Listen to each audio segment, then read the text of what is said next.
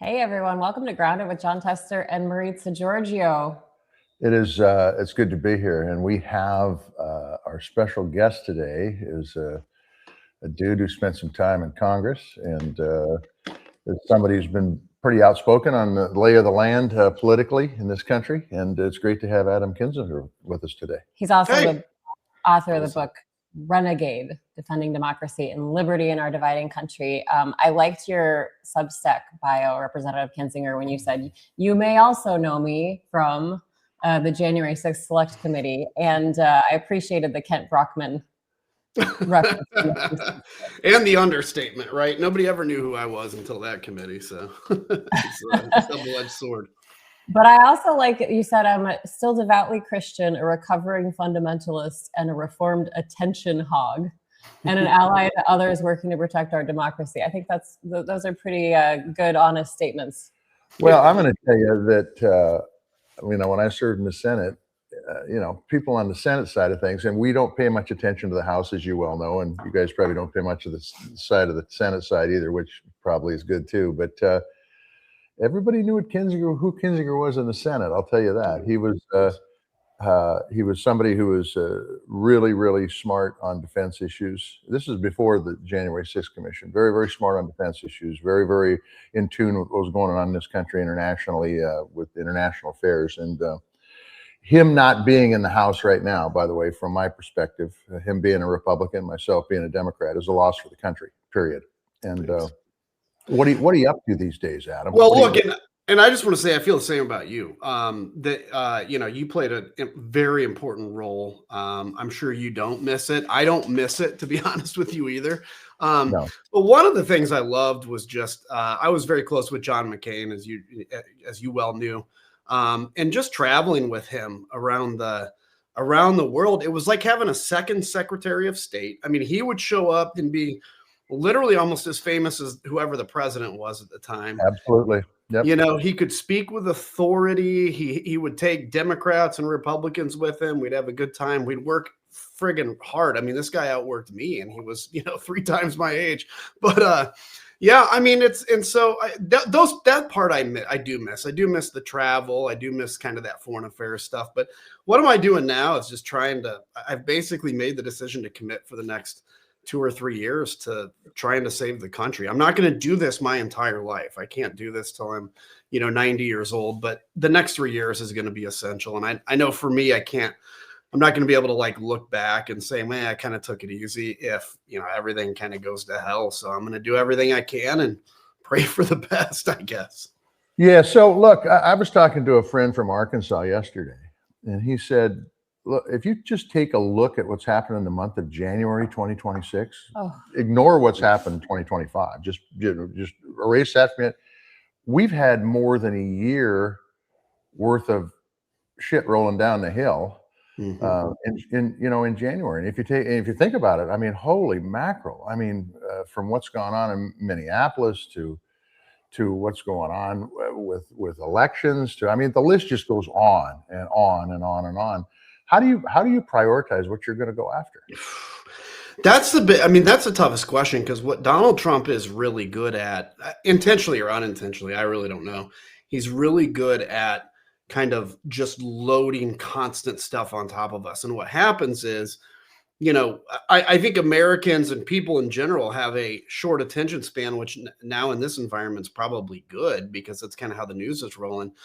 But, just about the time you get settled in and talking about the Epstein files, then we're kidnapping, the president or the illegal president of Venezuela. And then we've bombed another boat. And then we're talking about bombing Iran. And then we're in peace talks with Iran. And then we're talking about really standing up with Ukraine. And then all of a sudden he's meeting with Russia again. And then 2 people are shot in Minnesota.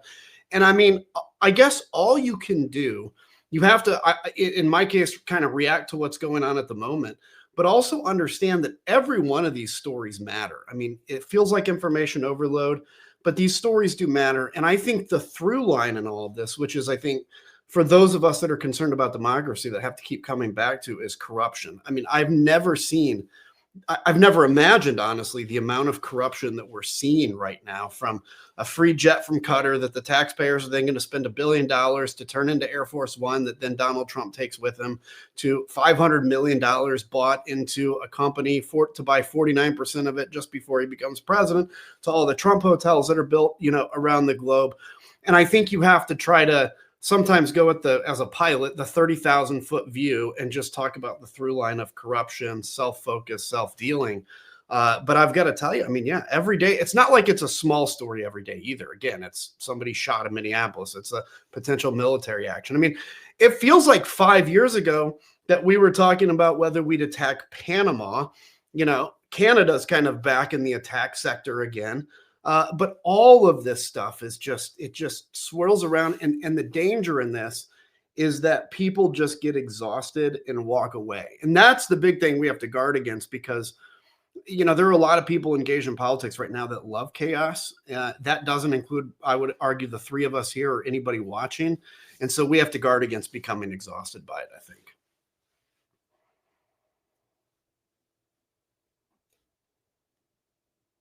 Did I lose you guys? I can't hear you. Oh no, I did the fatal Zoom mistake. I forgot to unmute. Oh my God. You talk about just being bombarded and overloaded with information. And even if I just think about the Epstein files and trying to stay on top of what is being discovered in those, it's too much. There's so much to unpack. And then you take Minnesota and ICE and now the nationalization of elections. And I thought it was really interesting in this piece you published on Substack about the weaponization of the DOJ. And one thing that stood out to me was this idea of what we're seeing with the FBI probe of the 2020 election. And even with the president saying, let's move on from the Epstein files, when so many people told you to move on during the J6 hearings. I mean, what do you make of that? Like, how do you respond to that when people say that stuff to you? In many times, I just have to kind of laugh, because it's again, part of the problem with short information synapses is like, we kind of forget what we thought about and believed not that long ago. So when I agreed to do the January 6th committee, and I want to be really clear, I didn't want to do it. Like my hope was to avoid it. And excuse me, my hope was to avoid it, but I knew I had to do it. And so then I had all these Republicans that came up to me and they would say, look, I actually agree with what's happening here. I couldn't vote for it because my district, blah, blah, blah. And Tester knows as well, the whole district thing. It's like, yeah, sometimes, yeah, it's tough. But they would be like, but, my focus is just, it happened. There was this Senate investigation. It's time to just look forward. And the irony of that, and I didn't agree, but I could kind of buy that argument. But the irony of it is every one of those folks driven by the president are the ones that are now obsessively focused on looking back to 2020. 2020, for instance, this is the second time, because they did it last Congress, the second time they're investigating the committee that investigated 2020. The first time they didn't find anything. Trump wanted this now that he's president, so they're doing it again. They're not going to find anything again. But his obsession with 2020 is pretty simple. It's he lost. And when you're a deep narcissist, you don't want to be labeled a loser. So his obsession is to rewrite the books on that. He may actually believe he won now. I guess nobody really knows what he truly believes. And so they've talked about this weaponization of DOJ. The irony of it, again, is they used to talk about this in terms of the Biden administration weaponizing the DOJ. The funny part about that, my frustration the whole time on the committee, was that the Biden administration was doing the opposite of weaponizing the DOJ. They were actually being overly cautious. It took a year. If you guys remember, we did that whole series of hearings in the summer, right?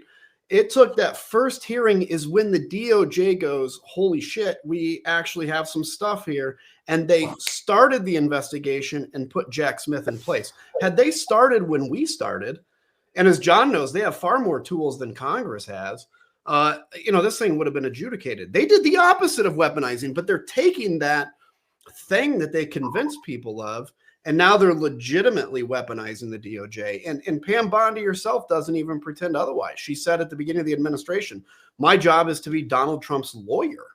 Well, no, it's not. And so what I was saying in the Substack basically is like, look, my approach to this, do I want to get arrested? No. Okay. I don't want to have to go through that stuff, but I know I did nothing wrong. So my challenge is bring it. Bring it on. If you want to manufacture stuff, bring it on. I will crush you in court and it'll make me 3 times more effective against you. And what I know about Donald Trump is when he's confronted, he backs down. Just look at Greenland and look at every case point like that. I want to step back just a little bit to something you said, and that was when you got on the committee, the folks around you that you served with, and say, yeah, well, I agree with you, but I can't do this because I've got an election coming up or whatever it might be. That's the same kind of crap that's going on right now. That's why Congress, Article 1 Congress is AWOL, gone. What's your view on that? You're not in Congress anymore. I don't know why you stepped aside. Maybe it's because of Donald Trump's threats. Maybe it's just because you want to head in a different direction. It's your call. You do that stuff. I got defeated last time because people didn't like the job I was doing. But I can go to bed at night and sleep and say, you know what, I did what was right for my constituents and the country on things like national defense and healthcare and the economy. What advice do you have for those folks that think that they just need to be a computer, by the way, because a computer can take tallies and put up the score, or you go out and you get information and people in Congress have the ability to get far more information than their constituents do. And so there's a reason to vote for the way they vote. What advice do you have for the folks that have no backbone? Listen, I once had a state representative when I was a young 20-year-old that told me, because I asked him this question, do you do what the people want only, or do you do what you want? And he goes, look, if my job was just to put my finger in the air, he said, we could put monkeys in my seat in the state house and put electric trodes on it, and everybody in the district gets to zap the monkey, yes or no, and whichever side gets the more zaps, the monkey will vote. And that's not the role of a republic. The role of a republic, which, my friends in the Republican Party love to stress, the role of a republic is to go in with your moral kind of fortitude and do what you think is right on those moral issues. Now, when it comes to things like advocating for the 16th district in Illinois, I had 4 nuclear power plants, corn, Montana, like for advocating on the interest, you do what's important for your district in your state. But when it comes to big moral issues, like the defense of democracy, which, by the way, none of the 700,000 people I represented had to swear an allegiance to the Constitution in the same capacity that I did. Only me. We don't make everybody swear that allegiance. So that means I have a specific responsibility to do the moral thing, even if it's going to cost me my election. And I'll give you another quick story. When I decided to run, I had just gotten back from Iraq, and I wear on my wrist the name of a friend of mine that was killed, Andreas O'Keefe. But I remember when I ran thinking, look, again, I'm fresh out of the combat zone. It's like, we're asking people to die for this country. And we have to have people that are willing to do it. I mean, imagine a 20-year-old, it's the end of his movie, right? Boom, dead.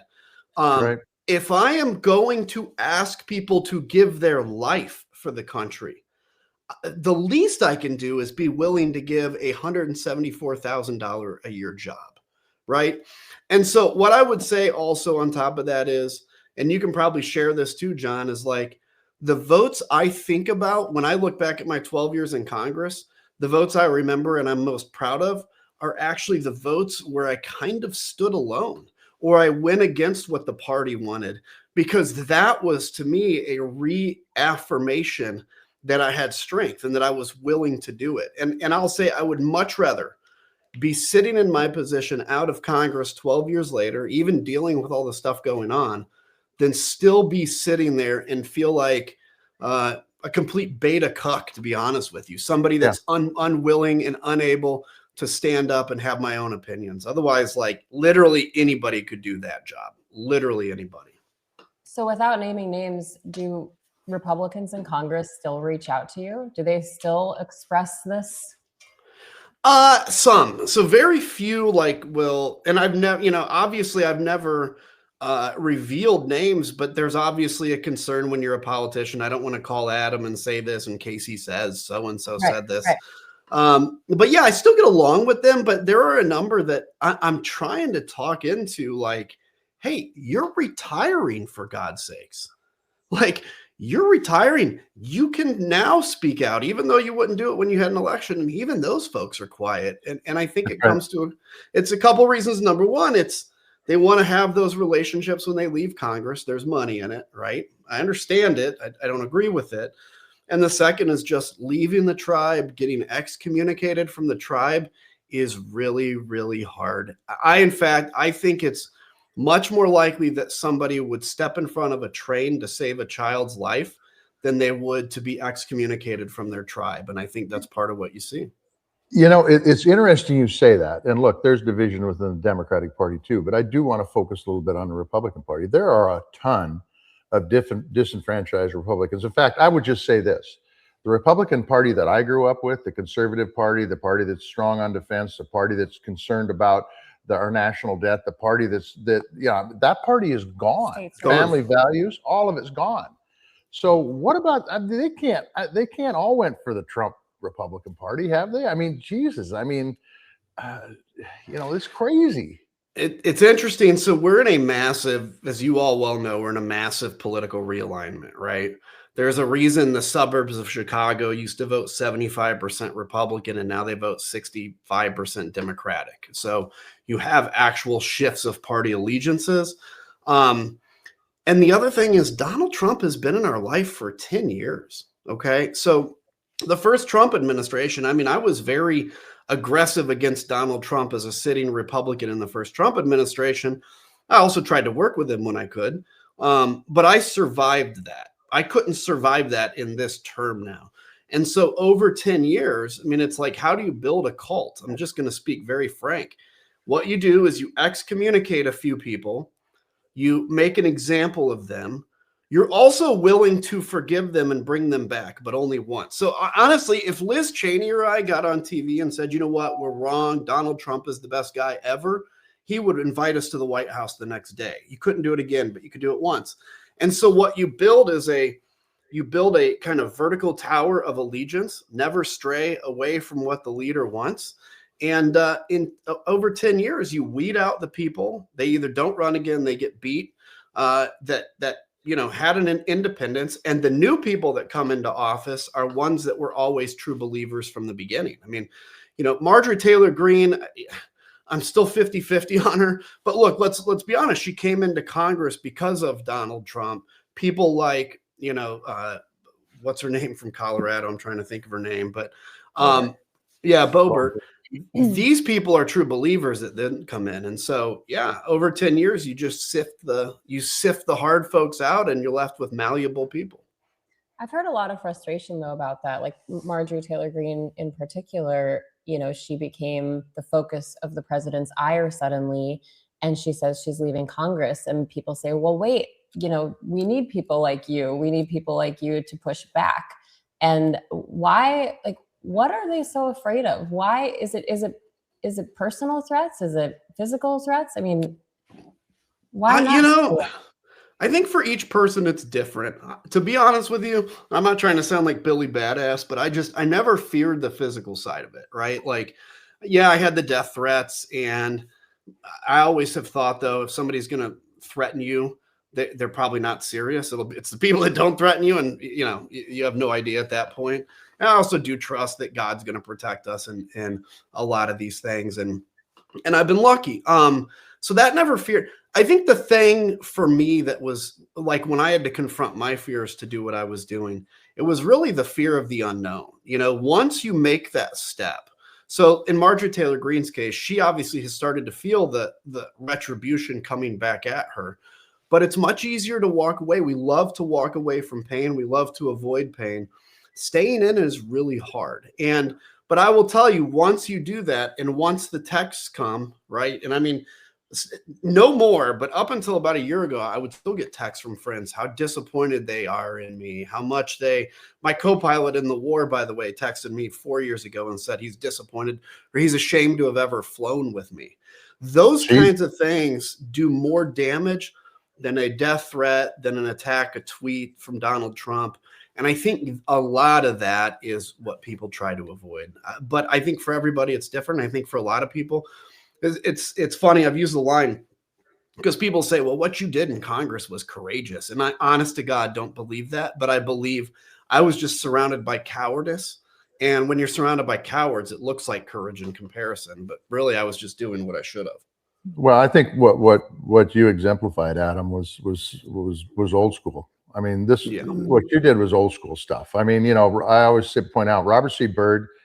He fought with the Republican presidents, but he fought with Democratic presidents too. He just didn't trust the administrative branch. He didn't the executive branch. He just thought that Congress has a role and they ought to exert their power. There is very little. I've seen a little bit of it in the last week, but very little. And by the way, I commend him for pushing back on the president on the national election stuff. But there's very little of that goes on now. They just rubber stamp. The president comes down and says, do this, or we're going to have Elon Musk fund a primary against you. And my point is what's more important, your election or this country? Right. This country has given us a kind of opportunity that's given our generation, and we've screwed it up. Not necessarily your generation, but my generation screwed it up. Yeah, I mean, I'm sorry. Go ahead.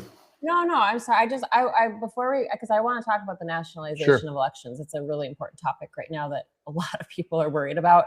But I do want to ask, I know you said that you're not worried, scared, or intimidated about what Donald Trump and the DOJ might do to you. But I am wondering what you think that looks like. What do you think that looks like? Do you have any idea what's coming for you? No, I don't, because again, you have to get creative, because there's nothing I did that would be even close to any kind of a law violation, right? Like, what would they ultimately come after me for would be what I did on the January 6th committee. I'm sure you can find some law that you can, excruciatingly squeeze into that. But I mean, clearly the second the Supreme Court or any court hears, wait, he was a member of Congress investigating, and that's what his sin is.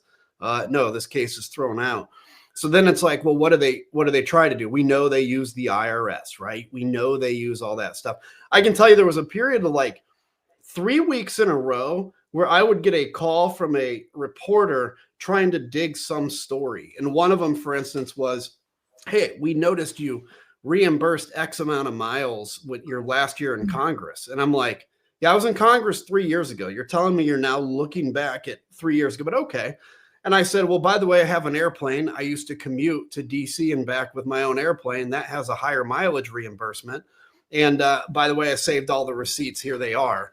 And then, well, do you think Congress should be able to do that? I'm like, I don't know, but you can. So go talk to your congressman, right? But the point is, you had those kinds of things that obviously none of them became anything. And it made my wife and I wonder, are they trying to dig and try to create stories? So anything like that can happen. But like I said, I have a clean conscience. I know I've not violated the law. So it's whatever it is, it's going to be made up. Yeah, let's talk about the national election stuff, because, and I'm going to give credit where credit's due. At the Thune, Senator Thune, the leader of the Republican side, said this is a non-starter. I agree with John Thune 100%. I think he's right, just like he was right on the filibuster. Mm-hmm. What's your take on national election stuff? I mean, there's other countries that have national elections. Venezuela, Russia, China come to mind. But what's your view on this stuff? I'm concerned only to the extent that it shows Donald Trump's mindset, and I think his mindset is clear. He knows he's heading for a bruising in November. I would almost say probably an ass whooping at this point. And by the way, Democrats could totally screw that up. So don't get, you really could. You're really good. You know too well. But at this point, he's cruising for that. And so what he's trying to do partially is set the tone for excuses when he loses. And look, I'll tell you, as a Republican, it is a religious article of faith in the Republican Party that millions and millions of illegals vote every year. Okay. It's not true, but that has been ingrained in Republican base through other certain news channels for a very long time. And so he's beginning to set the grounds for that. The time I would get concerned. So basically on the issue of actually nationalizing the election, I just don't think it's going to happen, because it's very clear in the Constitution and there is some resistance in the GOP to it. But where I do get a little concerned is if it's a close election, and this is why it needs to be a blue wave, because if it's close, let's say the Senate is down to one seat and this happens almost every election cycle. And I would say it's a seat in Montana that right now is separated by 300 votes, right? Now, all of a sudden, you can see where the federal government or Donald Trump, or in the House specifically, if it's a House seat, where Mike Johnson can simply refuse to seat certain members. What happens in the House if it's, let's say it's the other way, 218 to 214, there's a couple seats still pending, and you haven't sat a speaker yet, right? Because you haven't started the session. Do you go forward and do, like, what's that question? Who makes the decision on whether somebody is seated? I'm sure that's in the rules, but you can see how they can tweak with it. That's where I worry. Or like, again, let's say a Georgia race is 50-50 in the polls, and all of a sudden you deploy ICE to, you know, the most black parts of Atlanta to try to suppress the vote, or the most Hispanic parts of Atlanta. You can see where they can make a difference there, which is why a blue wave is so important, so that they can't do anything to change that. Yeah. Yeah, well, and you're spot on. I mean, I think that what Democrats fail in a lot of times is say we aren't going to screw things up as bad as those guys, so vote for us. And sometimes that works, but it works a lot better if you stand for stuff. So if they have policies on the economy, on housing and healthcare and national defense, I think it helps a whole bunch. And I can I also just say too, on the Democratic side, is like one of the things I'm so focused on is for this election and the next one, all the differences that everybody has and what they believe, all of that crap pales in comparison. Okay. Since I think like wartime, let me use a war analogy. If we're all in a trench in Ukraine, okay, defending Ukraine, and there's a dude 5 meters away and a dude 50 meters away, I'm going to have everybody in that trench focus on one thing, the guy 5 meters away. That is the initial threat. We can deal with the 50-meter threat later.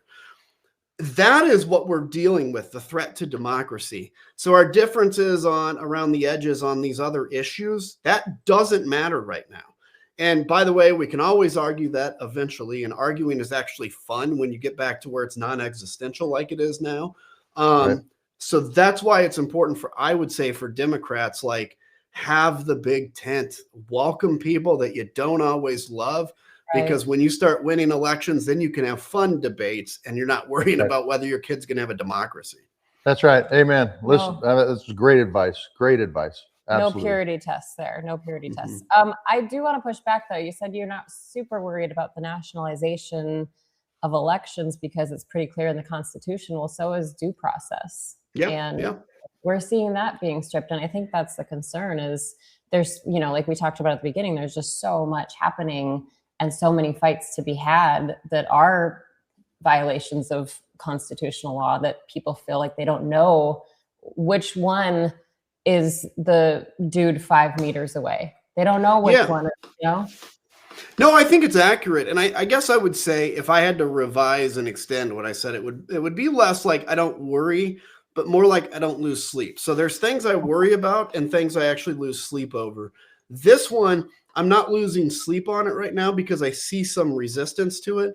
Due process, I do lose sleep over because I don't see the resistance to it. I mean, I see people in the streets, which is fantastic and actually has worked, by the way, but I don't see that I don't see Republicans really speak out. And if I do, they do the old put out a really nice tweet, and then they get all the media attention for their nice tweet, but then they vote in line with everything anyway. I mean, look, by the way, right now, probably the first time in 100 years, an individual Republican member of the House is more powerful than a U.S. senator. Why? Because one or two Republican members of the House could shut down the agenda for the whole country if they determine to do it. A senator can do that kind of, but there are limitations. In this case, let's say Don Bacon and one other, went to the speaker and said, until you put on the floor protection for due process or whatever the issue is, we're going to vote against every single procedural rule that comes. And we're going to freeze the House and we're going to shut it down and maybe even threaten, by the way, a motion to unseat the speaker. You can get anything you want. They'll eat out of your hand. But game again, changer. that takes it's a game changer, but that takes courage, which is lacking. Yep.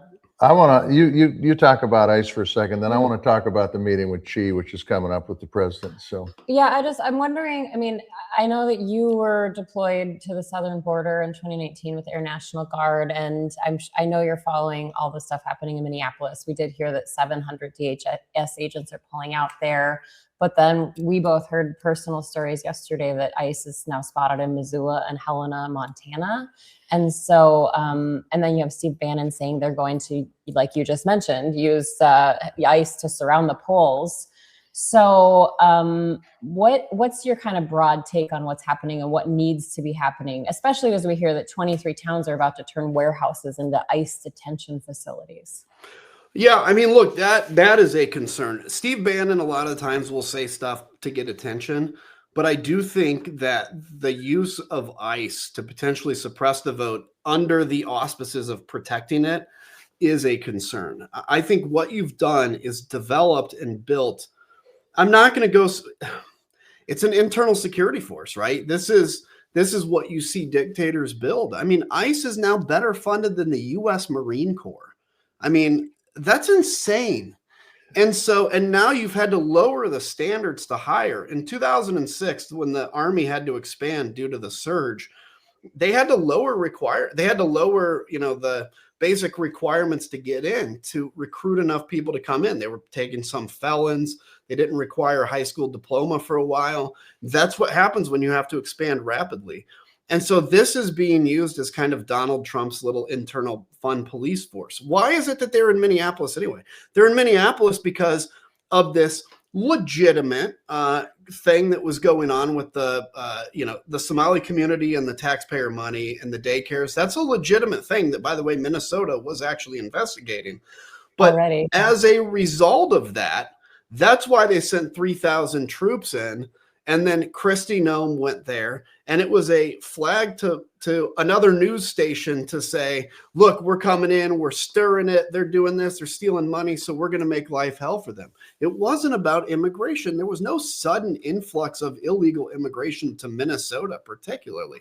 It was chosen for a reason, and that's what this is being used for. And I'll say, look, yes, I think where Democrats made a huge mistake in the last term was not taking the border stuff seriously. And it was frustrating to a lot of Democrats like John. It was frustrating to a lot of Republicans and a lot of Americans.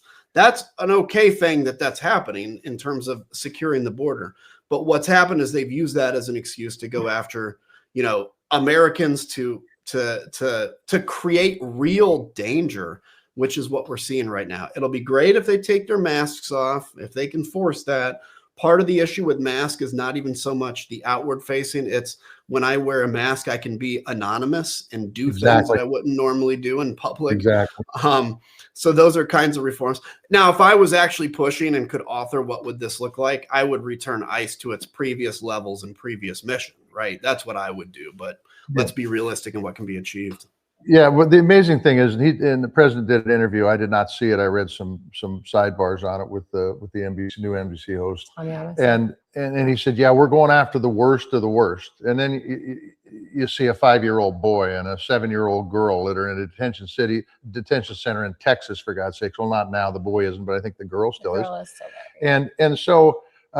Is this really the worst of the worst? I mean, really, these are criminals. There was a guy arrested in Floyd, Montana. It was a national story that had a diesel shop that did work on the diesel buses. Now, he was here illegally, but the point is that that's the worst of the worst. He's not out committing crimes. He's adding value to the community, for God's sake. Now, arrest him and ship him out. That's fine if that's what you want to do. But this guy isn't out committing crimes, right? Right. And paying taxes. And the other thing is this: have you ever seen a raid on a facility that employed illegals that were white? They exist, by the way. I mean, they do. Eastern European, but no, they haven't targeted them. It's only if you're brown skinned. And the other thing is, and this is what I think drives me the most nuts, is, okay, let's take a guy, and if, now that I'm a dad, I can experience this even 3 times more. Let's say that you are a very poor family in Honduras. Your kids barely have enough food to eat, and you make a decision as the man in the house to take your family through a very dangerous trek to come to the United States so that you can work your ass off and make $5 an hour to barely get by, but it's better than what you lived in, right? And you're willing to risk it all. Now, I get it. You can't, that does not give you a right to stay here, but at least we can do this with some heart and compassion. Because what you see out of this administration is the richest and most powerful among us are absolutely giddy in celebration about the misery of people that were born into misery already. And then they call themselves Christians, by the way, which is especially awful. You know, if you're truly a person of faith and you truly believe in the red letters of the New Testament, then I'm going to tell you, when you deport somebody back to a bad situation, you do it with a very, very heavy heart, similar to what you do when you have to kill an enemy of the United States. You don't do it by posting a giggly meme and dragging chains and talking about how awesome this is because you're a billionaire white dude and these poor brown people are now getting extra misery. It's just deep racism. I'll just be honest with you. It's just deep racism is what it is. And I'll just add before we move on to She's, as a woman, I am deeply concerned about bad actors going out and imitating DHS agents and suddenly just kidnapping people off the street. I'm deeply concerned about that because they are masked and they're not showing warrants, so they're not showing identification. So how do we know? Yeah, and then somebody, I think it was some congressman recently made the point, just said, a situation like that happens. How do we stop people from shooting at an agent that does that? And then JD Vance posted, oh, these people are calling for shooting agents. Like, shut up. You know what? I was raised and steeped in the Second Amendment crowd. You guys talked about this stuff all the frickin' time. And now, finally, the scenario that you dreamed about forever, masked agents coming for you, are actually doing it. But since it's your side, you don't care. No, that's a fact, by the way. That's 100% fact. I mean, and Second Amendment is important, but it's important for everybody, not just certain people, not just certain colors or political persuasions. The Second Amendment is the Second Amendment, and it applies to everybody equally. Right. Absolutely. It's incredible. Absolutely. Yep. 100%. So the president is going to meet with Xi Jinping, president of China, coming up pretty damn quick.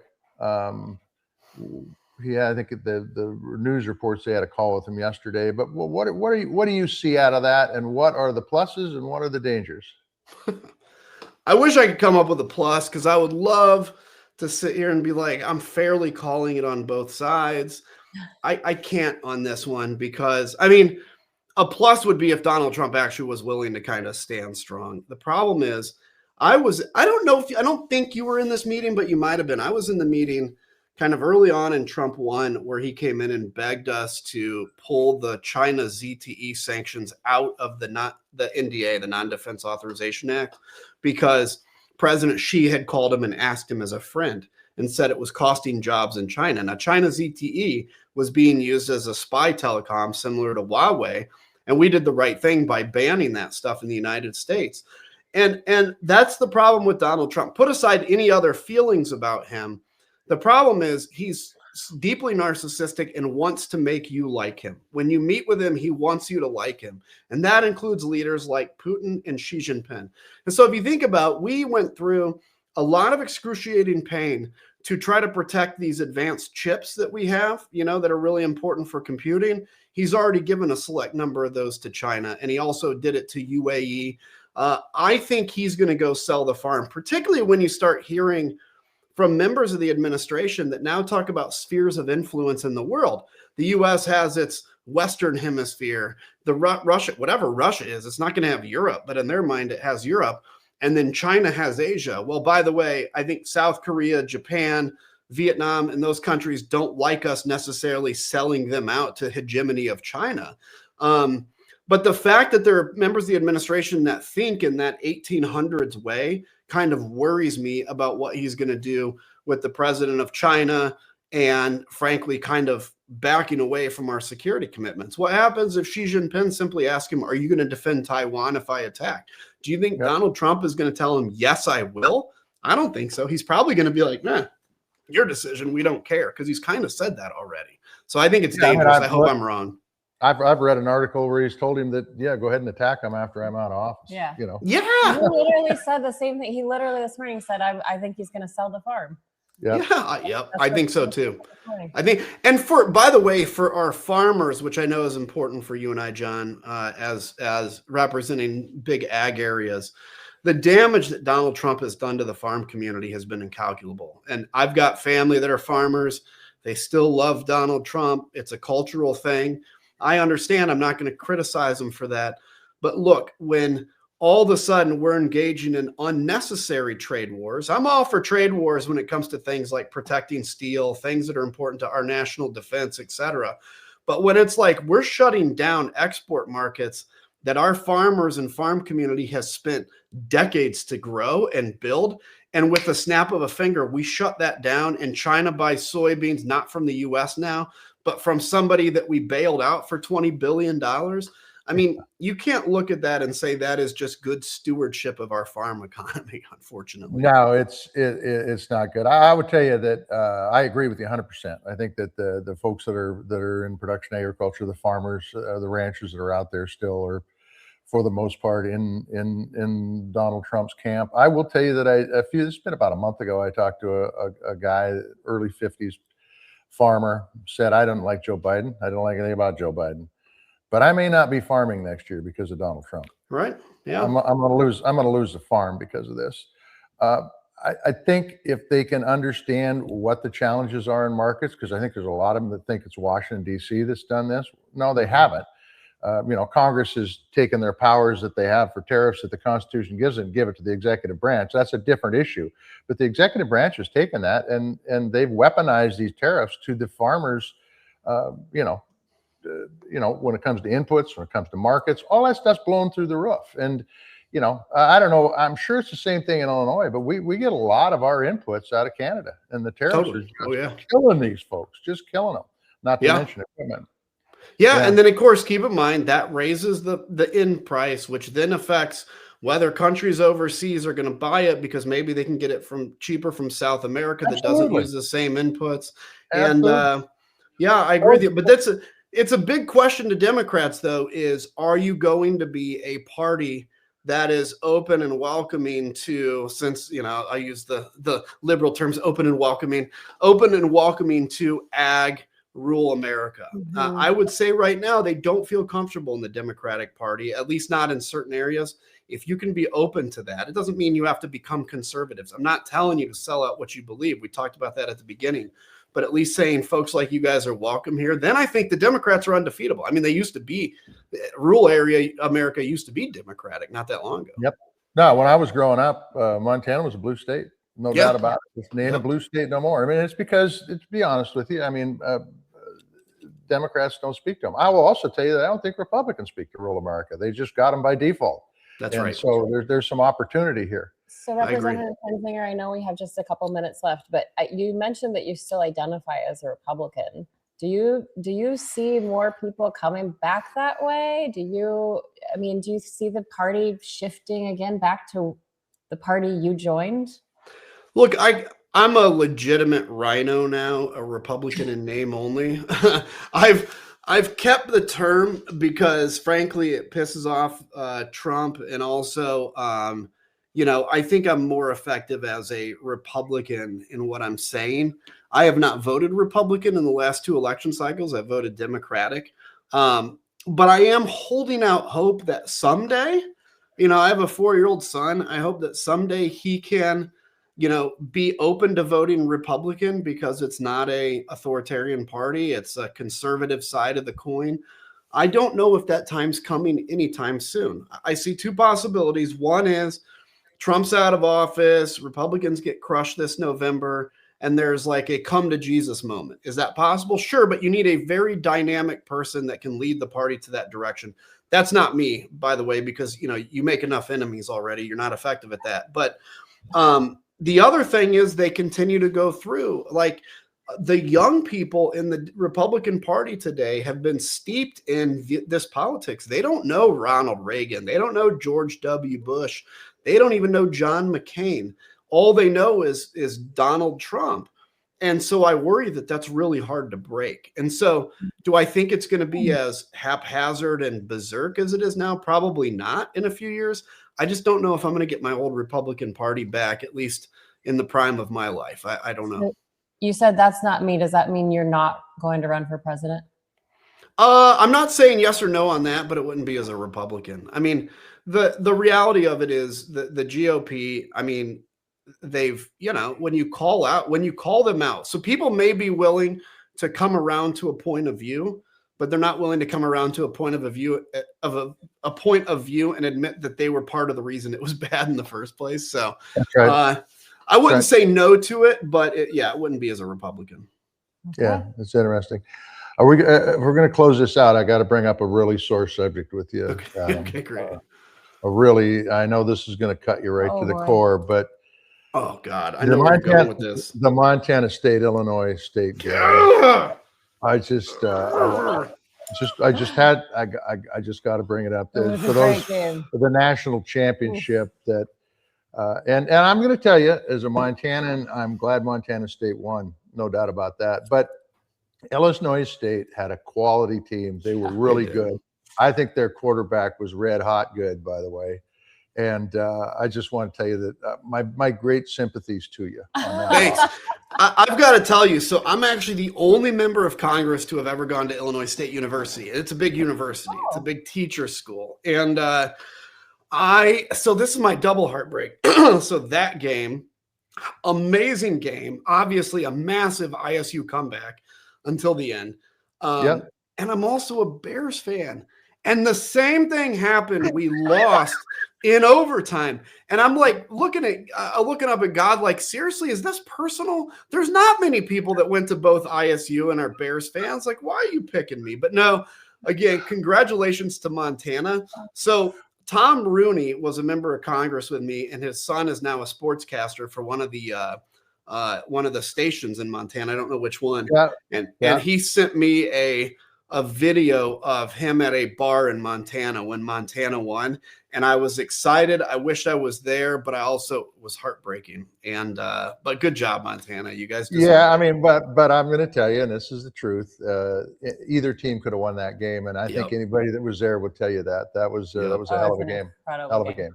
Let's have a rematch next year. How about that? Yeah, all right. Well, bring it on. Bring it on. There we go. Perfect. Former Representative Adam Kinzinger, thank you so much for joining us and for your time and all you're doing. Appreciate you, man. Really Thank do. You guys. It was your good being on. on. It's an important voice. It's an important voice. Keep chirping. Y'all too. Appreciate it. Yeah, but come back. All right. Whew. That was a great conversation. Yeah, I think it could have went on for hours, quite frankly. Well, so many of our conversations. He's a stand-up guy. We need. I wished he was still in Congress. It would have been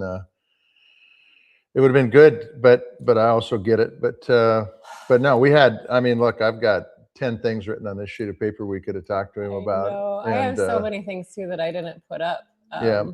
I do want to talk about Epstein for a second, and then I want to play a video. Shoot, rocket. No, I don't have anywhere to be. No. So this came out this morning. This is former Secretary of State Hillary Clinton. Basically, this is all about this Epstein fight, right? And we continue to see more horrific details emerge from all of these files, and we're looking through them as they come out. But Hillary Clinton posted this calling for a public hearing with cameras on instead of a private deposition with her and former President Bill Clinton. So this is all about the House Oversight Committee's probe into Epstein. And then we saw, Assistant AG Todd Blanche say, well, hey, it's not a crime to have partied with Epstein. So what do you think? Is this going to backfire on the Republicans? Well, I mean, take a look, and I don't think all the documents are out yet. In fact, I know they're not out yet. And the fact of the matter is I think it's pivoting. It's pushing in a different direction to take it away from Donald Trump. There is no doubt about the fact that.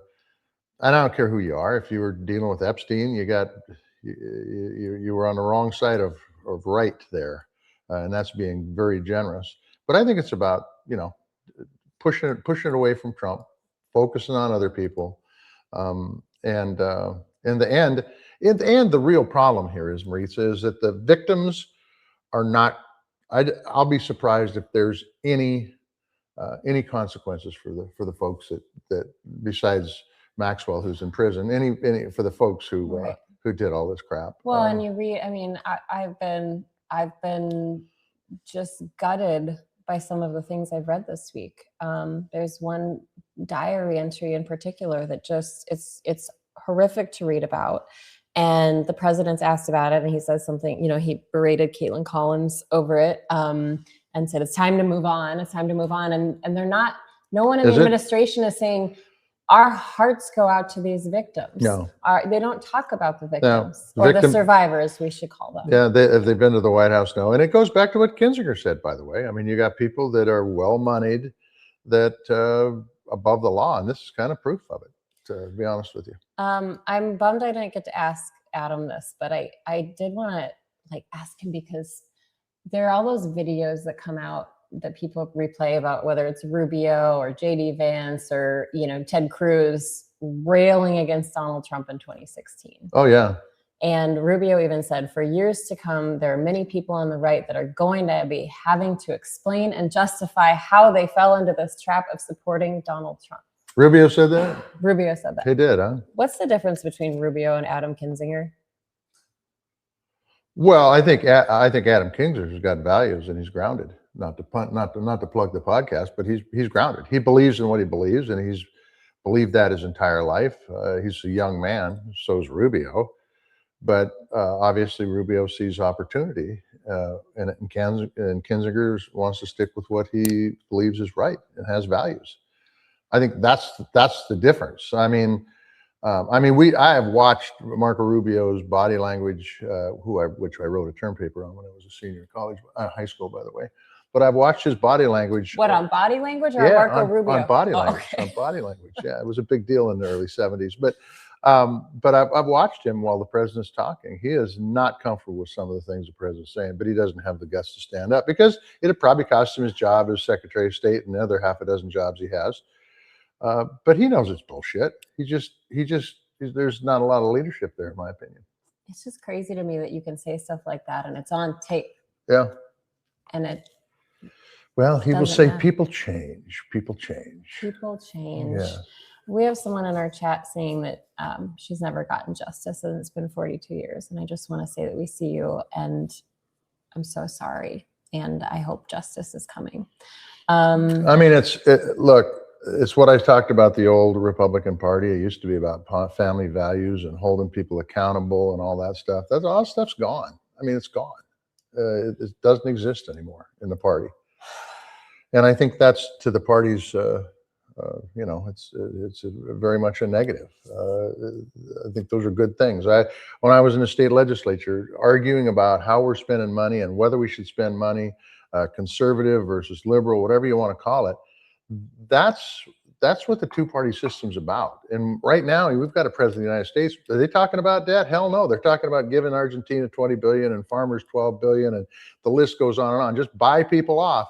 And Republicans aren't saying a word about that, spending money and national debt. What the hell is going on? It's crazy. Okay, we talked a little bit about 2026 with Kinzinger, and I showed you this video yesterday, and you said, we got to play that video. All right. This is from my little group chat from my former show team. So I want to play this for you. We'll talk on the other side of this.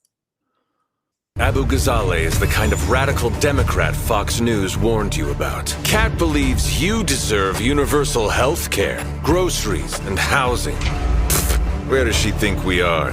The richest country on earth? Kat isn't a millionaire. She doesn't take PAC money. She can't even afford health insurance herself. How can she possibly relate to normal, hardworking corporations like you and me? And it gets worse. As a journalist, Kat's reporting helped lead to Tucker Carlson's departure from Fox News. Is that who you want fighting extremists in Washington? Kat claims the Democratic Party should not bow down to Trump or his billionaire friends. Does she think strongly worded letters count as bowing? Kat Abu Ghazaleh represents a new generation of progressive Democrats working to redefine the party's future, and she plans to do it with her ferocious attack cat by her side. Is this who you want representing us? I'm Kat Abu Ghazaleh, and I approve this message. I just got to tell you, I don't know who the media firm who did that ad, but big kudos. That is goddamn brilliant. I'm just telling you, it is brilliant. It is entertaining. It is funny. It's funny. You want to watch it over and over again. It is the epitome of what a political ad should be. And I'm just going to tell you, whoever the media firm that did that, go out there and do your work, because you got a great future in politics. I'm just telling you, if you can be that creative, you're pretty damn good. I know. We've watched it a few times. It's hilarious. It's hilarious. It's hilarious. And it's like I said, political ads are boring. It's the same old, cookie cutter crap all the time. That blows all that stuff out of the water. Good job. You wish you had an ad like that? Oh man, I mean that's a game changer. I mean, especially if they can follow it up with another one that's that good and another one that's that good. That's the pressure. I mean, but it's the truth. Pressure. If you got creative people though that are creative in making ads, man, oh man, it can make. We need to get the money out of politics, but you can do that if you've got those kind of media firms that can really make a difference. I just think it's an incredibly powerful ad. Jeffrey is asking us to talk about the Montana plan. Jeffrey, we've had a bunch of episodes about campaign finance and the Montana plan specifically. Go check them out on our Substack. But I will say just really quickly, and we could Go get ahead. into this for another episode, but because we've already done several, but it's about making it so corporations aren't people. And if you think corporations are people, then you shouldn't vote for the Montana plan if you're from Montana. If you think corporations aren't people, then this is right up your alley. Also, your friend Steve would like to know where you got your shirt. I got it at a St. Vincent de Paul. Steve, you know where I buy my clothes. He's being trolled here. He's being trolled by his friends. All right, I think that's what we have. Your hat. Let's talk about your hat. Yeah. Big Hole. It's great fishing. Great spot. Montana. We should It was say given Big to Hole, me. Montana. It was given to me by a friend by the name of Mike Wheat, who has a friend that works at this place. So it's good. Yeah. Okay, so we have a very big deal coming up. We've been doing this for 1 year. It seems like a lifetime to me. Yeah, you and me both. Yeah. So today's our 80th episode, and we are recording a conversation with Rachel Maddow for our 1 year anniversary show. And we're very excited about this. There's a lot we could have talked about with Adam today, but I did want to save some of it for her her because, gosh, we got to talk about John Lemon being arrested. We have to talk about the layoffs at Washington Post. Yeah. If you have questions that you want us to talk to Rachel about, or topics you want us to talk to Rachel about, she's so smart. Yeah, no, she's white hot smart. You got to probably talk a little fascism, I think maybe a little fascism. Yeah. Yeah. I've been reading her book, her latest book called Prequel. And I know I left it over there on the counter. Charlotte helped me out though. And so, yeah, it's so incredible, the parallels of what we're seeing. Unfortunately. And so I can't wait. I can't wait to talk to her about that. So yeah, we would love to know what you would like us to talk to her about. Wendy says we should get out on the street and start interviewing people about where they're at. Yeah, I agree, Wendy. We should do that. And then somebody else asked if you or I will run for governor. I'm a no. I think you should run for governor. That's a great idea. That's a great idea. I'm glad you brought that up. No. Giorgio for governor. It kind of rhymes. Governor Giorgio. No. We already have a GG. Well, okay, we got another one. We already have a GG. We got another one. You're the one that people want. No. All right. No. Charla is crying right now. She's in a corner shaking. Yeah. No, she doesn't want that. Marlene says we need to invite Rachel to fish in Montana. Yes. Yeah, I think maybe the Big Hole. Maybe I'll wear this hat tomorrow. I think we better take her to the Big Hole. Okay. Yeah. So we want to thank everyone for joining us. Send us your topics and questions for Rachel Maddow. For our 1 year anniversary show, we want to thank former Representative Adam Kinzinger for being with us today. We want to thank Pearl Jam for letting us use their music, and all of you for getting up with us. I guess it's not that early. Not that early on the mainland. It's not that early. It's not that early, but we want to thank you all. Anything else? That's it. Tally ho. All right.